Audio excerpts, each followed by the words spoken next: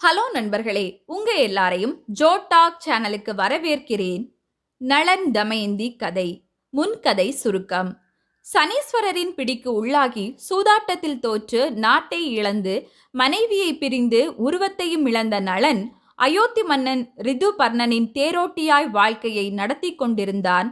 அக்காலகட்டத்தில் ஒரு நாள் அயோத்திக்கு விதர்ப்ப இளவரசி தமயந்திக்கு 2ஆம் சுயம்வர விழா நாளை நடக்கப் போகிறது என தூது வர, அவளை மணக்க விரும்பி அயோத்தி மன்னன் ரிதுபர்ணன் தன் அதிவேக தேரோட்டி நளனையும் கூட்டிக் கொண்டு விதர்ப்பம் நோக்கி பயணித்தான்.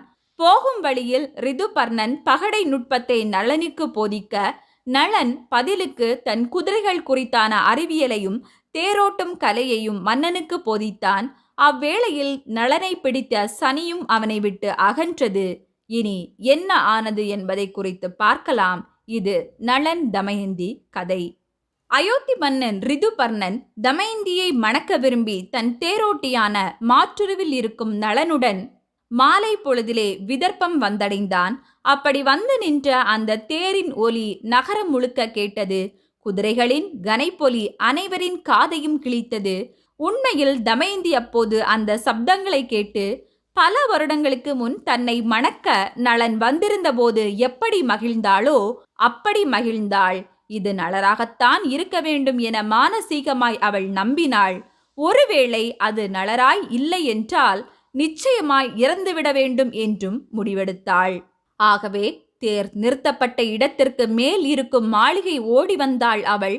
அங்கு அயோத்தி மன்னன் முதலில் இறங்கி அரசவை செல்வதையும் பின் தேரோட்டியானவன் குதிரைகளை விடுவித்து கொட்டிலுக்கு கூட்டி செல்வதையும் கண்டாள். பெரும் துயர் கொண்ட அவள், இல்லையே, நளர் இங்கு இல்லையே, ஆனால் இத்தேரின் ஒலி என் நளனுடையது அல்லவா? ஒருவேளை இத்தேரோட்டி என் நளரிடமிருந்து இந்த கலையை கற்றவனா என்றெல்லாம் எண்ணிக்கொண்டு தன் பணிப்பெண்ணை அழைத்து அவளிடம், வந்திருக்கும் தேரோட்டியை கவனி, அவனிடம் ஏதேனும் வித்தியாசம் தெரிந்தால் என்னிடம் வந்து கூறு என்று அனுப்பி வைத்தாள். அவளும் சென்றாள்.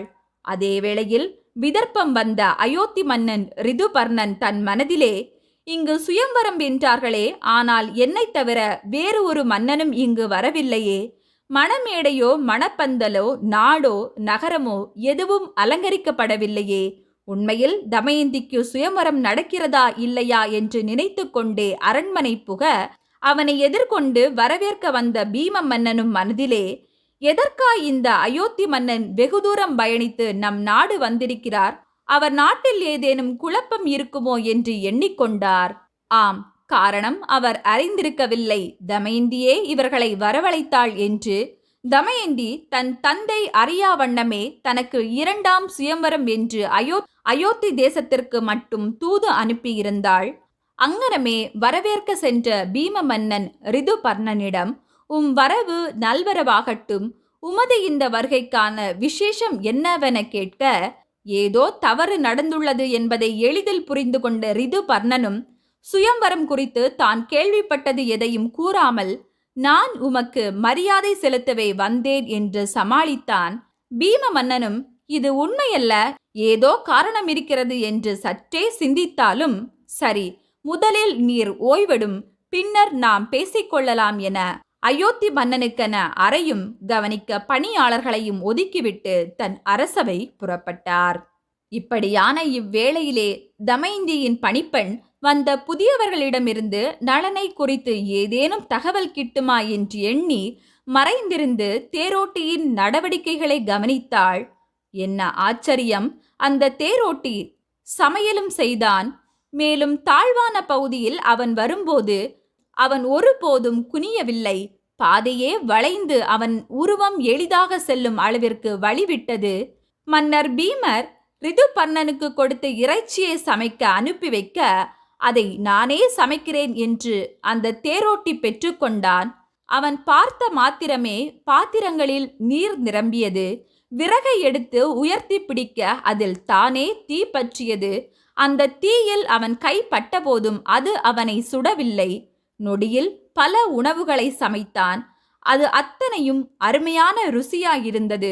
அதை கண்டு வியப்படைந்த பணிப்பெண் ஓடிச் சென்று தமயந்தியிடம், தாயே, அந்த தேரோட்டி உண்மையில் மனிதர்களுக்கு அப்பாற்பட்ட மாயாஜாலங்களை செய்கிறார் என அத்தனையையும் தெரிவிக்க, அவள், கட்டாயம் இவர் நலர்தான்.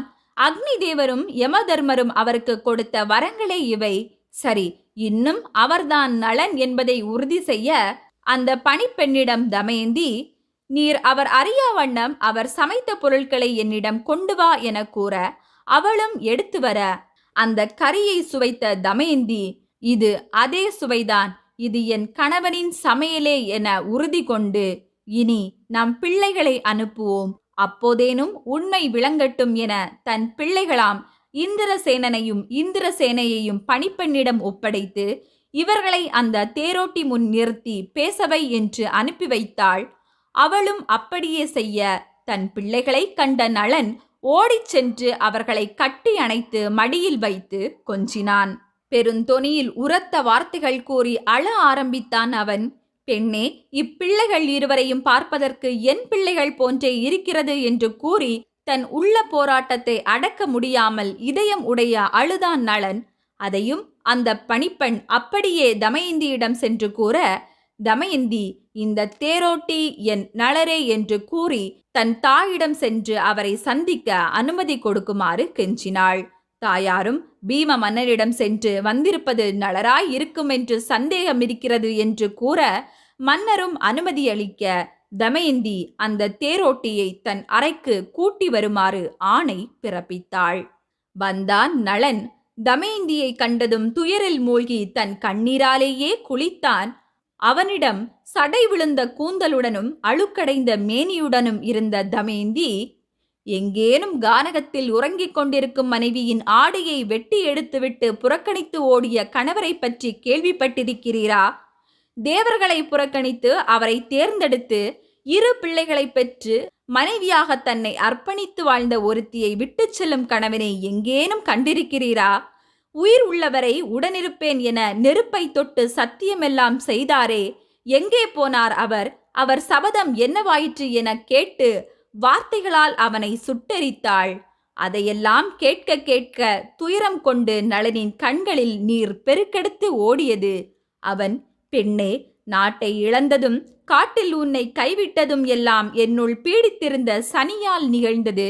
அந்த பாவி இன்றே என்னை விட்டு ஓடினான். பறவையாய் வந்து என் ஆடையை அவன் தூக்கி கொண்டு பறந்தபோது நீ அவனை சபித்தாயே.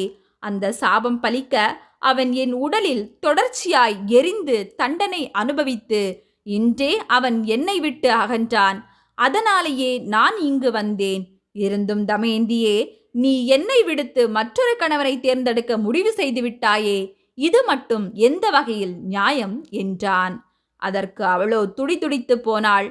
நளரே, நான் உம்மை மீட்டெடுக்கவே இந்த திட்டத்தை நடத்தினேன்.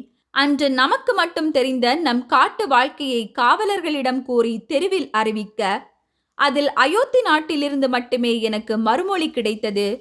அந்த 100 யோஜனை தூரம் தாண்டி இருக்கும் நாட்டிலிருந்து ஒரே நாளில் இங்கு பயணித்து வர முடியும் என்றால் அது உம்மால் மட்டுமே முடியும்.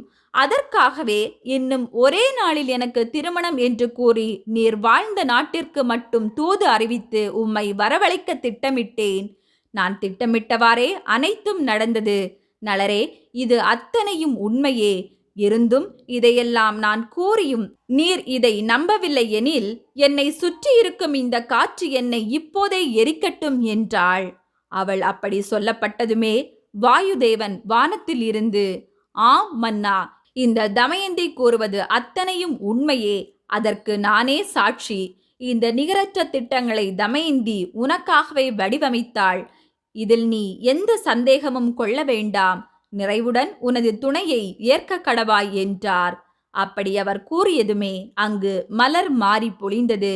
தேவ தந்துதிபிகள் முழங்கின. மங்களகரமான காற்று வீச துவங்கியது. நளனும் தமயந்தி மீதான சந்தேகங்களை தூக்கி எறிந்தான். அச்சமயம் கார்கோடகன் தனக்கு அளித்த சுத்தமான ஆடையை நினைவு கூர்ந்து அதை அவன் தன்மேல் எடுத்து போர்த்தி கொள்ள உடனே சுய உருவை பெற்றான் நளன். அதை கண்ட தமயந்தி அவனை வாரி அணைத்து உரக்க சத்தமிட்டு ஆனந்த கண்ணீர் வடித்தாள். நளனும் தமயந்தியையும் கூட தன் பிள்ளைகளையும் கட்டி அணைத்து பெரும் மகிழ்ச்சி அடைந்தான். இப்படியான அந்த இன்பக் காட்சியை தேவர்களும் கண்டு மகிழ்ந்தனர். அவ்வேளையில் அசிரீரியாய் அங்கு தோன்றிய சனீஸ்வரர், நளரே, உன்னைப் போல உயர்ந்த குணம் உடையவர்களை நான் பார்த்ததில்லை. எந்த சூழ்நிலையிலும் நீ பிறர் உதவியை நாடவில்லை. ஏன் உன் மாமனார் உதவியை கூட நீ தேடவில்லை. நான் தந்த கஷ்டங்களையெல்லாம் மனம் உவந்து அனுபவித்தாய். நல்லவனான ஒருவன் தன் பாதை தவறும் நேரத்தில்தான் அவனை சீர்படுத்த நான் பல தொல்லைகள் தருவேன். அது அத்தனையையும் நீ ஏற்று அனுபவித்தாய். கூட உன் மனைவியின் கற்புத்திறனும் உன்னை காத்து நின்றது. ஆக நான் கூறியது போல உன் இந்த கதையை யார் ஒருவர் கேட்கிறாரோ அவர்களை நான் சோதிக்க மாட்டேன் என கூறி அங்கிருந்து மறைந்தார். அதையெல்லாம் கேட்டு இனிய புன்னகையுடன் தமயந்தியை அணைத்தபடி நின்றான் நளன். மீண்டும் இணைந்தனர் அந்த காதல் தம்பதியினர். பீமராஜனும் மகிழ்ந்தார். விதர்ப்ப நாடே அதை கொண்டாடியது. இங்கனம் தனது தலைவனை மீட்ட மகிழ்ச்சியால் தமயந்தியும் களைப்பு நீங்கி துயரங்கள் விலகி மகிழ்ச்சியில் திளைத்தாள். அந்த இரவு கழிந்த பிறகு மறுநாள் நளன் தன் ஆபரணங்களை பூண்டு தமயந்தியை அருகில் நிறுத்தி அரசவை சென்று பீம மன்னனுக்கு மரியாதை செய்த அச்சமயமே அயோத்தி மன்னன் ரிதுபர்ணன் அனைத்தையும் அறிந்து கொண்டான். அவன் நளனின் முன்பு வந்து, மன்னா, நீர் நளர் என்பதை அறியாத நான் உம்மை என்னிடம் பணி செய்ய வைத்ததற்காய் வருந்துகிறேன். பணிக்காலத்தில் நான் ஏதேனும் கடுமையாக பேசியிருந்தால் என்னை மன்னித்துவிடும் என்றார். அதற்கு நளரோ, இல்லை நண்பா, நீ என்னை நலமுடனே காத்தாய். நான் என் சொந்த வீட்டில் இருந்ததை விட உன் நாட்டில் மகிழ்வுடனே இருந்தேன். கூட நீ பாரபட்சம் பார்க்காமல் எனக்கு போதித்த பகடை அறிவை நான் என்றும் மறக்க மாட்டேன் என்று கூறி அவரை ஆறத் தழுவி கொண்டான். பின் நளனும் தமயந்தியும் சில நாட்கள் பீம மன்னனின் அரண்மனையிலேயே வாழ்வை கடத்தினர். 1 மாதம் கழிந்த பின் நளன் பீம மன்னனின் அனுமதியுடன் சிலரை அழைத்து கொண்டு தன் நிடத நாடு சென்றான். அங்கு புட்கரனை அணுகி அவனிடம், நாம் மீண்டும் பகடை ஆடலாம். இச்சமயம் பந்தய பொருளாய் என் எல்லா செல்வங்களுடன் தமயந்தியையும் பணயம் வைக்கிறேன். முடிந்தால் பகடையாடு, இல்லையேல் வில் வளைத்து போரும் ஆடு. எதுவாயினும் எனக்கு சம்மதமே என்றான். அதை கேட்டதும் புட்கரனும் உரக்க சிரித்தபடி, ஓ நளா, நீ இத்தனை காலம் உயிரோடு இருக்கிறாய் என்றால் அதற்கு அந்த தமயந்தியே காரணம். அவளையே நீ பந்தய பொருள் ஆக்குகிறாயே. அந்த அதிர்ஷ்டமானவளையும் உன் செல்வங்களையும் நான் மீண்டும் அடைவேன் என்று கூறிக்கொண்டே, எப்படி அன்று பகடையில் ஜெயிக்க சனீஸ்வரர் உதவினாரோ இன்றும் உதவுவார் என அவன் தன் உயிரையே பந்தய பொருளாய் கட்டினான். ஆட்டமும் ஆரம்பமானது. அதில் முதல் வீச்சிலேயே ஜெயித்தார் நளர். இழந்தது அத்தனையையும் மீட்டார். ஆனால் அச்சமயம் நளர் புட்கரனை வசைபாடவில்லை. அவர், சகோதரா, நீ ஏதும் அறிய மாட்டாய். என் விதியே நம் வாழ்வில் இத்தனை நாள் விளையாடியது. ஆகையால் இதில் உன்மீது நான் குறை கூற மாட்டேன். இது நம் பரம்பரை சொத்து.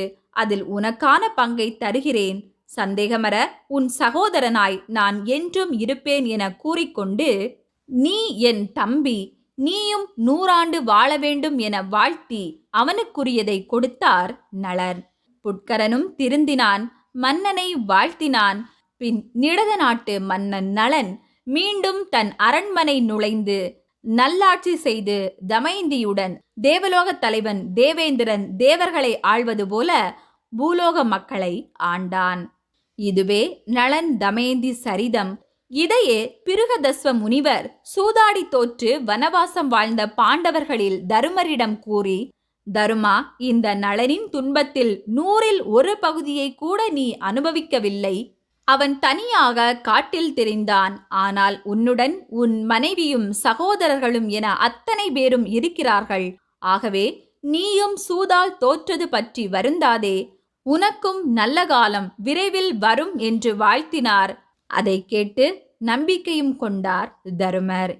இப்படியாய் கதைக்குள் கதையாய் மகாபாரத இதிகாசத்தில் கூறப்பட்டுள்ள இந்த கதை பல மொழிகளில் அவரவர் மரபுகளுக்கு ஏற்ப மொழிபெயர்க்கப்பட்டுள்ளது. தமிழில் நளவெண்பா நைடதம், வடமொழியில் நைஷத பரிஜாதியம், நைஷத சரிதம் என்றெல்லாம் அறியப்படும். இதில் சிலவற்றில் நளன் சனி திசைக்கு உள்ளாகி இத்தகு துன்பப்பட்டான் என்றும், சிலவற்றில் கலி பகவான் பிடிக்கு உட்பட்டு துன்பம் அடைந்தான் என்றும் கூறப்படுகிறது. எது எப்படி இருந்தாலும் இந்த நல சரிதம் கேட்ட நாமும் இதே மகிழ்ச்சியுடன் நல்ல ஒழுக்கங்களை வாழ்வில் கடைபிடிப்போம். சனி பகவானும் கலி பகவானும் தரும் அன்பு தொல்லைகளை ஏற்போம். துன்பத்தை சந்தித்தால்தான் இன்பத்தின் சுவை அறிய முடியும். ஆக அதை அனுபவ பாடமாய்க் கொண்டு வாழ்வில் முன்னேறுவோம். ஓகே நண்பர்களே, இந்த நளன் தமயந்தி கதை உங்களுக்கு பிடிச்சிருந்துன்னா லைக் பண்ணுங்க. மறக்காம ஜோ டாக் சேனலுக்கு சப்ஸ்கிரைப் பண்ணுங்க. நன்றி.